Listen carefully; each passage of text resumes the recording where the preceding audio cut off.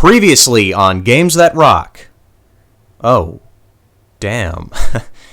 Yeah, it's been a few years since we've had one of these episodes, hasn't it? You know what? Let's fix that right now.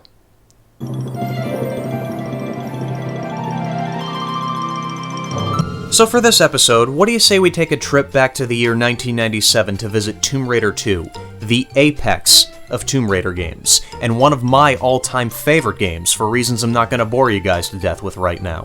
Except to say that there's maybe two other games out there that I like more than this game. Possible top 10 list incoming, anybody? Ah yes, Tomb Raider 2. Not only a damn near perfect game, but a game so good that it renders the first Tomb Raider game completely obsolete.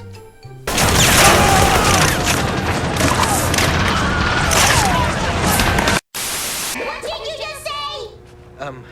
Alright, I'll admit there is some bias when I say that, because Tomb Raider 2 was the first Tomb Raider game I played. I played Tomb Raider 1 after I played Tomb Raider 2, so you guys can kind of make the connection there as to why I like Tomb Raider 2 more than Tomb Raider 1, but even if I strip away that personal bias, I still think that Tomb Raider 2 is the better game.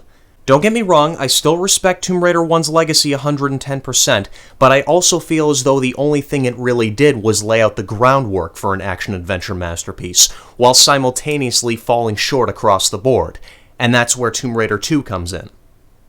Here, let's start with the story.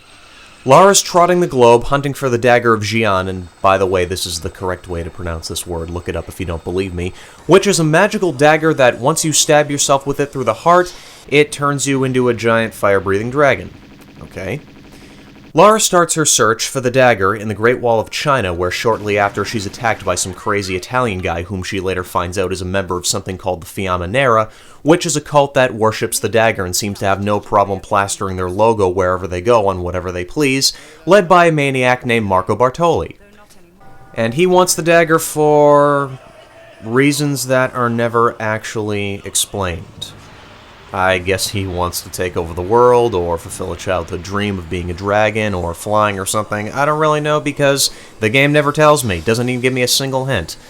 But I guess it doesn't really matter, because after she encounters Crazy Guy number 1, she's off to Venice, where she starts leveling the population of the cult to its foundation. Yeah, the story's much thinner than in Tomb Raider 1. Lara never even talks to Bartoli. She encounters him once but gets knocked out like 10 seconds later, so she never learns exactly what Bartoli's looking to get with the dagger's powers.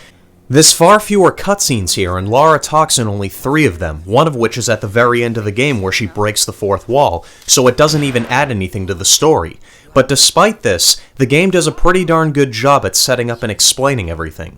From level 7 onward, you know everything you need to know about Bartoli and the Fiamma Nera. It's just a matter of stopping them at that point. That and Bartoli is a nasty piece of work. You see, unlike Natla, who only has 5 people in her army and only bothers to send them one at a time at you, despite owning a corporation that's not only big enough to have its own skyscraper in the middle of a city, but also run its own mining operations to unearth her own personal pyramid full of an army of gods only know what the fuck these things are, Bartoli has an army of goons right at the ready, and his goons have no problem fanatically throwing their lives away by the dozens. This guy even goes so far as to attack a monastery in Tibet, which is in China, and he's based in Italy, so who knows how many international laws he's breaking by doing this. And by the way, this is after he raids an oil rig off the coast of Italy and kills everyone on board so he can run his little underwater op on a sunken ship that belonged to his old man.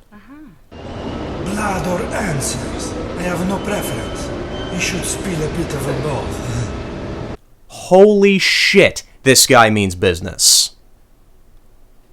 Graphics have also received a major upgrade. Most noticeable is Lara herself. She's got a free-flowing ponytail now instead of that annoying rat tail, and an overall smoother look. Of course, if you want the most noticeable improvement, look at her boobs. Yay. Not only that, but the graphics engine now employs a series of dynamic lights. Flares, which are a new item, can be used to light up dark areas, and even most guns when fired will give off a quick blast of light. Take a look at this, too. You can clearly see that Lara's ponytail is moving, even though I'm not moving her. And even when I turn her around, her ponytail still moves in the same direction. Now we go inside, and look at that. Her hair stopped moving. Now we go back outside, her hair's moving again. Her ponytail moves with the wind. And that's not the only thing I wanted to show you. Take a look at this.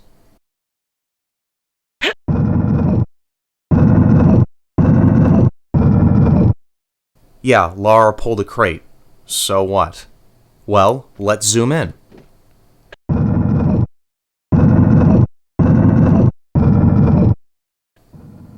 If I'm not mistaken there, you can clearly see her tank top underneath the jacket. Core could have easily gone the route of a simple retexture for the Tibetan levels and called it a day, but they went the extra mile to create an entirely separate object for the jacket, fit it over Lara's character model, and program it to behave as an independent piece of clothing. Most games, as of 2015, can't get anywhere near this level of attention to detail. And this game was made back in the late 90s with a small development team on hardware that's literally hundreds of times weaker than what most developers have access to in 2015, and on a budget that's maybe a tenth of what most AAA developers have access to. This alone is nothing short of astounding.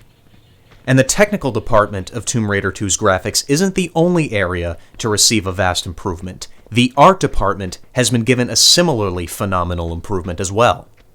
For starters, levels now look like actual places and not a bunch of Lego blocks haphazardly thrown together with the same 3 textures simply recolored whenever the game switches locales. Every level here looks different. Even different levels in the same region have architecture and textures that differentiate them from one another, and the locations are much more varied this time. You still have your fair share of caves and tombs to raid, but now the raiding takes place in areas like a sunken ship or an ancient ice palace, and my god, does this game look beautiful. We even have levels that take place outside where you can now see the sky, not an empty black void, and it's absolutely stunning. Sound has also been improved, most notably the guns. They now sound like real guns, not pop guns. Here's a little comparison for you.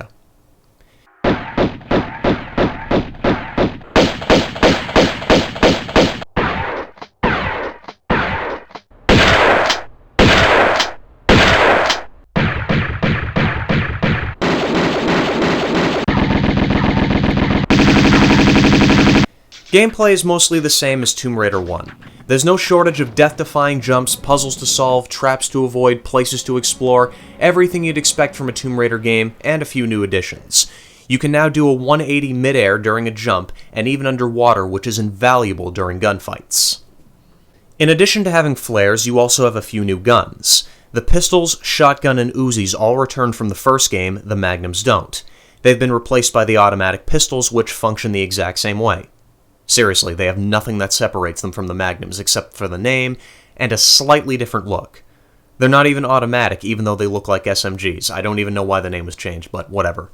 You also get an M16, a harpoon gun for underwater enemies, and the grenade launcher, which...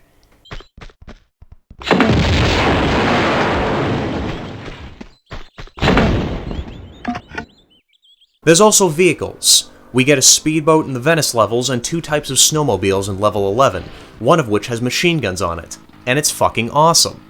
There's also a greatly expanded Lara's home with an outside area that has a timed obstacle course and a hedge maze with a timed puzzle that leads into the basement where we can see all of Lara's treasure. You guys really need to check this out if you ever play this game. It's a ton of fun to explore. The most notable change, however, is the ability to save whenever you want, and thank the gods for this. I can't even begin to tell you what a relief this is, because it irritated the shit out of me in Tomb Raider 1 that you had to find a fucking save crystal to save your game, and if you think otherwise, try playing this game and limiting yourself anywhere from 3 to 5 saves per level. I dare you. Trust me, you'll change your tune pretty darn quick. Besides that, the biggest difference from Tomb Raider 1 has to do with the design of the levels themselves. In Tomb Raider 1, the whole focus was on figuring out where you needed to go. This is partially due to the comments I stated about the levels, but even at that, the levels themselves were designed so that it wasn't very obvious where you needed to go. This isn't so much the case with Tomb Raider 2. You still have your fair share of figuring out where you need to go, but more often than not, With a little bit of exploring and looking around, you'll be able to discern where you need to go, but this time the main challenge is figuring out how to get there. For example, when you first start the game, you're dropped into this pit of sorts.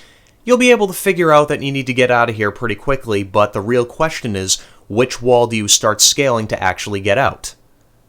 And that, my friends, is fucking awesome.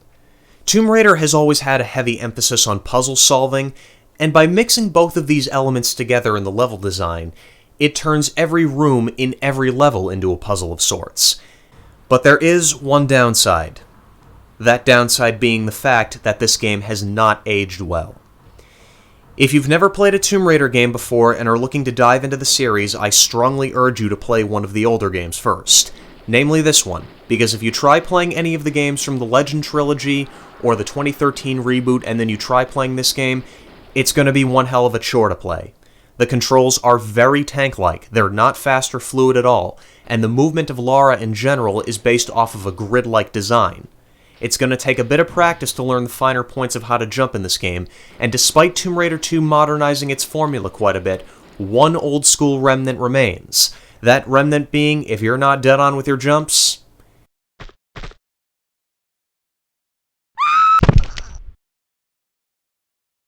So what do I think of Tomb Raider 2 overall?